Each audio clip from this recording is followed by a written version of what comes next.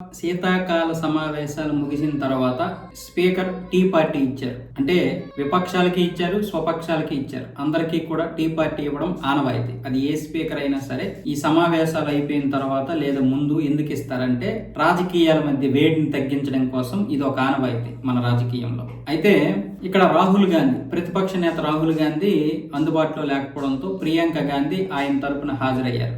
ఆవిడ రాజ్నాథ్ సింగ్ గారి పక్కన కూర్చున్నారు. అలాగే మోదీ, ఓం బిర్లా ఒక చైర్లో కూర్చున్నారు. మిగతా నేతలందరూ కూడా కూర్చున్నారు. అయితే ఆవిడ మాటల మధ్యలో ఈ మధ్య నాకు ఒక చిన్న వ్యాధి వచ్చింది, దురద లాంటి వ్యాధి వచ్చింది. దానికి నేను కేరళలో ఉన్నటువంటి ఒక మూలికలు తిన్నాను. ఆ మూలికలు తిన్న తర్వాత అది తగ్గిపోయింది అన్నారు ఆవిడ. దాంతో నరేంద్ర మోదీ, రాజ్నాథ్ సింగ్, ఓం బిర్లా అందరూ కూడా పొక్కుని నవ్వారు. అయితే ఇక్కడ నవ్వడానికి అదేదో హేళనగా కాదు, సరదాగా నవ్వుకున్నారు. ఎందుకంటే అంతకుముందు కూడా ఆవిడ నితిన్ గడ్కరీ గారితో ఒక చిన్న పార్టీలో పాల్గొన్నారు. చిన్న పార్టీ అంటే పార్లమెంట్ ఆవరణలోనే ఆయన ఒక బియ్యం పిండితో చేసినటువంటి వంటకంలో ఆయన కూడా ఈవిడికి తినిపించారు. అలాగే ఆవిడ కూడా వైనాడుకి సంబంధించి, కేరళకి సంబంధించి ఒక 6 ప్రాజెక్టుల గురించి ఒక విషయం వినత పత్రం ఇచ్చారు ఆవిడ. మీరు కొంచెం తొందరగా ఈ యొక్క పనులు పూర్తయ్యేలా చూడాలని. ఆయన కూడా అప్పుడు జోక్గా నవ్వుకొని మాట్లాడారు.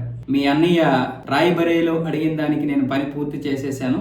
ఇప్పుడు నీకు చేయకపోతే నువ్వు కూడా ఫిర్యాదులు చేస్తావు కాబట్టి నీ పని కూడా తొందరగా అయ్యేటట్లు చేస్తానని చెప్పగానే అప్పుడు కూడా అందరూ నవ్వారు. ఇది రాజకీయంలో ఉండేటటువంటి ఒక విధానం. అన్ని రాజకీయ పార్టీలు కూడా ఎప్పుడు ఏదో ఒక సందర్భంలో నవ్వుకుంటూ ఉంటారు. అందుకే మనం ఏమనుకుంటామంటే రాజకీయ నాయకులందరూ ఒక్కటే అనుకుంటాం. వాస్తవానికి ఏంటంటే ఇది కాంగ్రెస్ అధికారంలో ఉన్న, బీజేపీ అధికారంలో ఉన్న ఈ విధంగానే జరుగుతుంది. కాకపోతే ఏంటంటే మరీ రాజకీయాల కోసం లేదా నాయకుల కోసం మనం చొక్కా చింపుకొని మన దగ్గర ఉన్నటువంటి అన్నదమ్ములతో మాట్లాడకుండా, పక్కనే ఉన్నటువంటి పొరుగింటి వారితోటి, వెనకింటి వారితోటి, ఎదురింటి వారితో మాట్లాడకుండా 5 సంవత్సరాలకు ఒకసారి వచ్చే ఎన్నికల కోసం బొంగ మూతి పెట్టుకొని తెల్లారు ఎదురుగా చూడాల్సినటువంటి ముఖాలను చూడకుండా ఎక్కడో ఢిల్లీలో పరిపాలిస్తున్నటువంటి వారి కోసం మనం, లేదా రాజధానుల్లో పరిపాలిస్తున్నటువంటి వారి కోసం మనం తగులు పెట్టుకోవాల్సిన అవసరం లేదు. రాజకీయమే, వ్యక్తిగతమే. దీన్ని మాత్రం ఖచ్చితంగా పాటించాలి అందరూ. మన దేశ ప్రయోజనాలకు రాజకీయాలు అవసరం, కానీ రాజకీయాల్ని మన కుటుంబంలోకి తీసుకొచ్చేసి విడిపోవలసినటువంటి అవసరం లేదు.